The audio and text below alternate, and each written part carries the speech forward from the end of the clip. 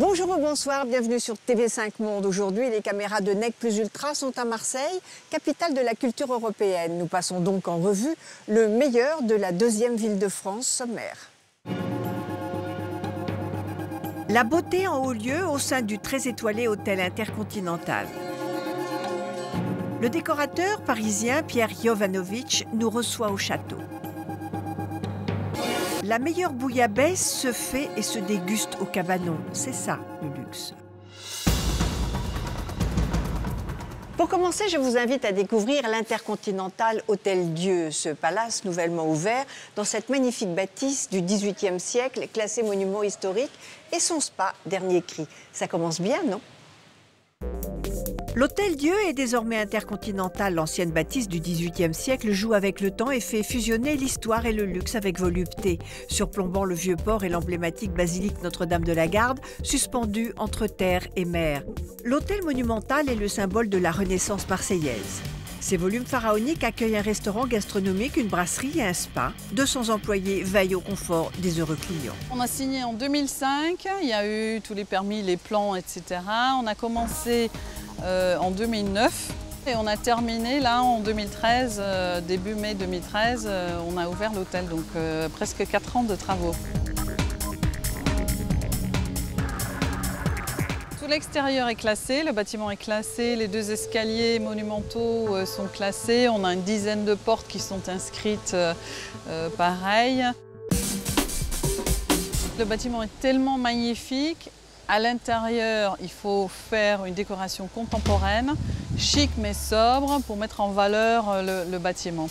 Et ça, c'est le décorateur intérieur, Jean-Philippe Nuel, qui a fait la décoration intérieure de l'hôtel, très ancrée dans la ville de Marseille, parce qu'on retrouve le noir, le blanc, comme Jean-Philippe dit, l'ombre, le soleil. On voit la pierre de Cassis, on voit l'ardoise, les traits qu'on voit sur les églises de Marseille aussi. Puis il y a des petites touches très discrètes partout, de mer, de scintillement du soleil sur la mer, des poissons, le sable qu'on voit un peu partout dans l'hôtel. Jean-Philippe Nuel fait courir le noir et le blanc des sols aux colonnes en passant par les tissus rendant hommage aux célèbres rayures de la cathédrale de la Major. En 2 mots, authentique et chiquissime. On a 200 chambres dans cet hôtel. La moitié des chambres ont cette vue magnifique sur la Bonne Mer. Et la suite présidentielle est située au 5e étage, fait 156 mètres carrés, avec en plus une terrasse sous les coursives qui fait 80 mètres carrés, avec cette vue incroyable, et la terrasse est aménagée. Donc on a vraiment un intérieur et un extérieur sous les coursives qui crée une ambiance très particulière et très 18e en fin de compte. Il est temps maintenant de pénétrer dans le spot beauté le plus en vue de Marseille. À l'abri des regards, le spa by Clarins se déploie sur 1000 mètres carrés. Le spa n'est non seulement un luxe, mais une nécessité dans le monde d'aujourd'hui, celle de voler du temps au temps, plonger en soi-même, c'est le sparadis. Cet hôtel, c'est une destination en lui-même, parce que déjà le bâtiment est emblématique, magnifique. Il y a un spa Clarins qui est magnifique aussi. Et en plus, on a un chef étoilé, Lionel Lévy, qui gère le restaurant et le restaurant gastronomique. Donc en plus, on y mange très bien. Attention, le chef va prendre la parole. On va proposer une cuisine méridionale autour du bassin méditerranéen avec tout ce qui est parfum, épices et saveurs, mais un petit peu revu avec ma touche personnelle. C'est un milkshake de bouillabaisse. Sur le fond, nous avons un aioli revisité qui est en fait une purée de pommes de terre montée à l'huile d'olive avec une purée d'ail et du safran. Ensuite, nous avons une brouillade d'œufs, donc c'est des œufs brouillés tout à fait classiques. Par-dessus, nous avons le poisson poché et l'écume de soupe de poisson. L'important, c'est déjà de connaître ces classiques. Et par la suite, ce qui est intéressant, c'est d'amener une touche contemporaine, donc soit par des épices ou des produits qui aujourd'hui, à travers le monde, sont tout à fait accessibles, ou alors des techniques de cuisson et des moyens complètement modernes de cuire, soit par les basses températures, soit par le siphon, soit par une congélation mais très rapide qui peut aussi amener une texture intéressante.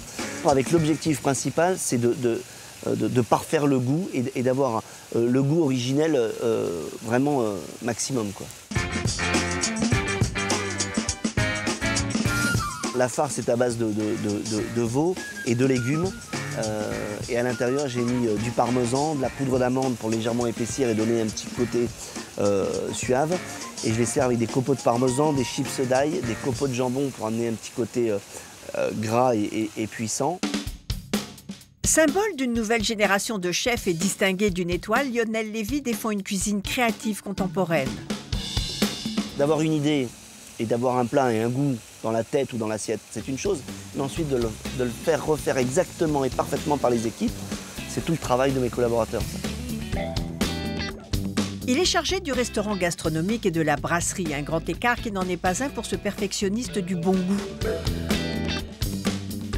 Les hommes qui portent le tablier, une tendance pas désagréable, ma foi. Je pense en ce moment, là, actuellement, à allier le cacao et les escargots. Les escargots en Provence, il y a ce qu'on appelle les sussarelles, les tout petits escargots.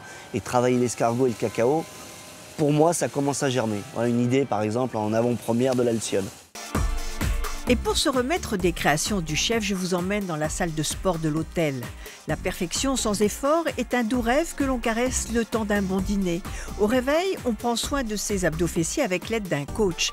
Et la fourmi dit à la cigale, eh bien, dansez maintenant. La pointe du raffinement, c'est le raffermissement.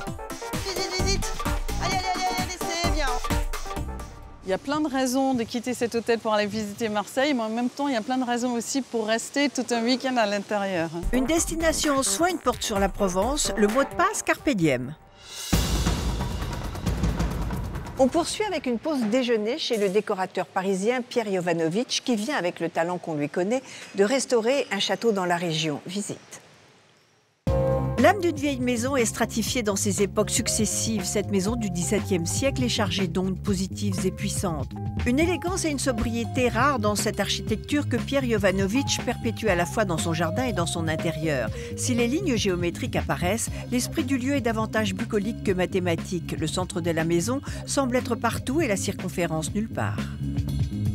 J'ai vu une annonce un jour et j'ai vu cette photo de cette maison qui est un plan carré.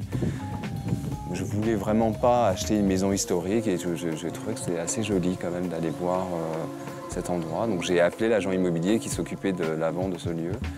Et on est arrivé ici dans un lieu très romantique où les arbres avaient trop poussé, la forêt était luxuriante. Et j'ai senti à la seconde que cette maison était pour moi.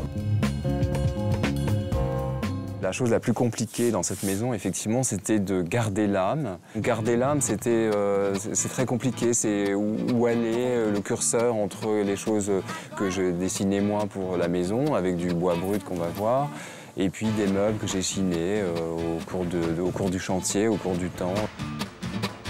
Ce sont des placards cachés. Voilà, il y a une géométrie, et une géométrie utile, c'est que tout ça, ça me sert de placard, de tiroir, de dossiers pour les bureaux. Ça, c'est Klara Kristalova, c'est une peintre et plutôt céramiste suédoise qui doit avoir 40 ans. J'adore son travail, je trouve que c'est très facile de vivre avec, c'est très poétique. Là, c'est un lustre de Pavotinel aussi qui est très léger. Chaque lustre était des œuvres différentes, uniques. Un intérieur dont chaque objet traduit la personnalité du propriétaire, un regard en retour qui vous déshabille. La salle à manger, elle est quand même austère. J'ai repris ce plafond qui a été fait au 19e. Donc on l'a restauré, il était là. J'ai ajouté une corniche lumineuse pour qu'on ait l'impression que le plafond flotte plus, parce qu'elle n'y était pas, cette corniche. Et j'ai changé le sol avec un jeu de damier en pierre qui reprend exactement le calpinage du plafond. Voilà. Donc c'est un peu ce qu'on faisait dans les années 40 aussi, ce qui aurait pu être fait dans cette maison à l'époque ou si elle avait été refaite à cette époque-là. Sans brusquer personne, Pierre Jovanovic réécrit doucement l'histoire et brouille des époques. Acheter une maison comme ça, justement, ça permet de s'enrichir l'esprit. Et donc je me suis énormément documenté sur l'architecture du 17e dans cette région, dans le Var, près d'Aix-en-Provence, ce qu'il faisait. Au XVIIe, il faisait des choses très sobres, très minimales quasiment, et ce qui correspond bien avec l'esprit que j'aime particulièrement. Donc je me suis documenté, j'ai trouvé qu'on faisait des gypseries. Alors les gypseries, c'est des choses en gypse, comme du plâtre sculpté. Ils avaient la technique plutôt du gypse parce que c'était de la matière qu'ils trouvaient sur place.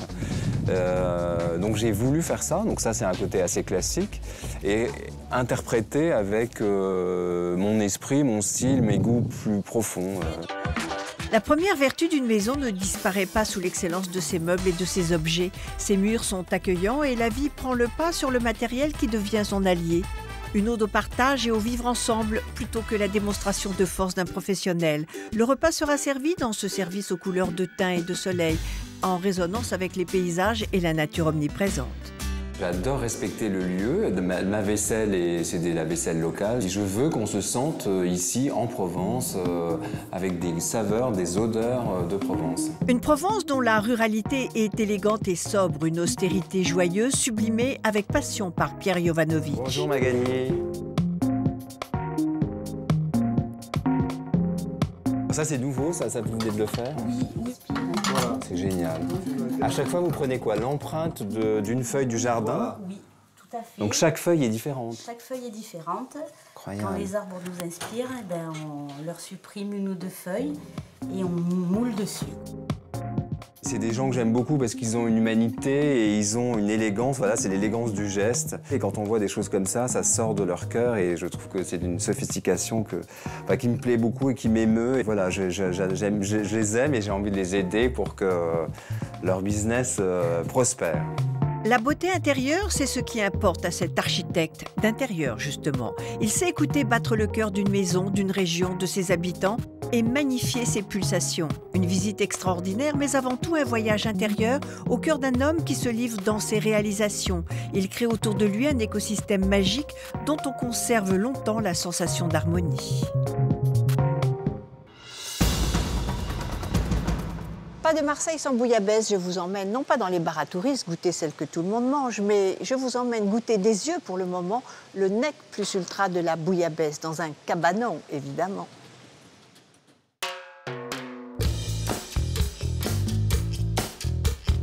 Marseille sans bouillabaisse, c'est un peu comme Paris sans la Tour Eiffel. Cette spécialité locale, qui remonte à la Grèce antique, symbolise à elle seule la joie de vivre et la convivialité qui règne dans la cité phocéenne. De sa dégustation à sa préparation dans un cabanon de pêcheurs, un luxe inouï, nous essaierons de percer le secret de ce plat traditionnel, en écoutant l'histoire de la gourmette de Saint-Exupéry. Mais avant, on veut la recette du chef.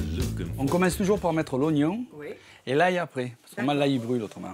Vous mettez l'oignon, l'ail, un peu de concentré de tomate. Et après vous jetez vos poissons comme ça. Ni écaillés, ni vidés. C'est des poissons de soupe. C'est des petites rascasses, c'est que des petits poissons. Évidemment, je ne vous ai pas dit qu'il faut saler, poivrer, mettre du fenouil. Et après, je vous dis, une fois que vous avez passé toute cette mixture à la moulinette, vous obtenez ce jus. Pas touche, on savoure d'abord avec les yeux. C'est vrai qu'il y a une charte de la bouillabaisse qui dit qu'il faut certains poissons, c'est-à-dire le chapon, le Saint-Pierre, Nous, non. On met dans la bouillabaisse les poissons qu'on a pris la veille ou l'avant-veille en pêchant. Ça donne moins envie, là. Ceux-là, ils sont très délicats à cuire. Je vais le sortir, le Saint-Pierre. Vous allez voir qu'il a déjà sûrement toute la gueule qui est partie. C'est vrai que c'est pas très présentable. Par contre, quand vous le mangez, ça a une texture de chair qui est très, très appréciée. Le secret d'une bonne bouillabaisse, des poissons de toute première fraîcheur. Et pour une bouillabaisse comme ça, il faut compter à peu près 5 heures, 5-6 heures. C'est long, on a faim, nous. Magnifique, ça. Alors, par contre, maintenant, il est bouillé, là. Ah, mais oui. Miam miam, je comprends que cette saveur en ait fait fondre plus d'un et ce jus, un délice. La rouille, bon, il suffit de faire moutarde, œuf, sel, piment, évidemment. Hein. Voilà, ail. Plus ou moins, sûrement il est frais l'ail. Donc on en met moins que l'hiver qu'il est sec. Voilà. Et puis c'est tout. Et après vous le montez avec le fouet ou avec un pilon. Et hop là. Et ça monte. Hein. Une savoureuse bouillabaisse accompagnée d'un bon vin saupoudré d'une pointe d'accent et d'un soupçon de chaleur humaine, et tout va pour le mieux. C'est plus la convivialité et l'ambiance qu'on crée autour de la bouillabaisse qui fait que les gens la trouvent bonne. Même Daniel Auteuil n'est pas resté insensible à la bouillabaisse du loup Pichoum Nice. Ils ont apprécié parce que d'Auteuil, il est revenu 3 jours après, il a dit oh, je vais encore en manger une avec mon staff et il est revenu 3 jours après à manger une autre. Hein. Mais les côtes phocéennes abritent également d'autres mystères, comme celui d'un grand prince de la littérature française, Antoine de Saint-Exupéry. C'est passé le 7 septembre 1998. Et à l'époque, j'étais un vrai pêcheur, j'avais un vrai bateau que voici, qui s'appelait l'Horizon. C'était un chalutier de 25 mètres avec 1000 chevaux à bord. Et le chalut est un filet qu'on traîne sur le fond de la mer, et donc il ramasse tout ce qui s'y trouve. Et ce jour-là, la météo était très mauvaise. Et je dis à mon équipage, je leur dis, les gars, on va faire un coup de chalut au large des Calanques. Pendant qu'on fait route, l'équipage trie le poisson. Et au bout d'une demi-heure, mon second vient me rejoindre à la passerelle et il me dit, Jean-Claude, j'ai trouvé une gourmette. Et je prends la gourmette, je mouille mon doigt et je frotte, parce que c'était tout noir là, on ne voyait rien. Ce coup apparaît Antoine. Et puis bon, la curiosité me poussant, je frotte encore et apparaît de Saint-Exupéry. Je remets la gourmette aux affaires maritimes et j'apprends que la gourmette a été remise aux héritiers de Saint-Exupéry par le ministère de la Guerre de l'époque, sans me demander quoi que ce soit, j'étais inexistant. Et là, j'apprends que ces messieurs, qui sont les neveux de Saint-Exupéry, les fils de sa sœur la plus jeune, j'apprends qu'ils mettent en doute l'authenticité de la gourmette. Et je vois des coupures de journaux du monde entier où je passe pour un faussaire. Et il y a un plongeur qui s'appelle Luc Vanrel, dont le père était corailleur, qui connaissait des morceaux d'avion à côté de Riou. Alors le père de Luc dit à Luc, plonge à tel endroit, je connais des morceaux d'avion. Luc plonge, et effectivement, à 85 mètres de fond, à côté de l'île de Riou, il trouve un train d'atterrissage et divers morceaux éparpillés sur le fond. Sur un morceau d'avion, on trouve le numéro de châssis de l'avion de Saint-Exupéry. 4 ans et demi après avoir découvert la gourmette. Je deviens le pêcheur de miracles. D'un coup de chalut, on a su que Saint-Exupéry est mort comme il est mort qui l'a tué. Et cette histoire fait toujours couler autant d'encre. En attendant, et à défaut de dessiner un mouton, vous reprendrez bien un peu de bouillabaisse. Le luxe ici, l'authenticité, donc la qualité. L'adresse est secrète, mais si vous nous harcelez sur notre page Facebook, je finirai bien par vous la donner. Merci de nous avoir suivis. Je vous retrouve la semaine prochaine. Au revoir.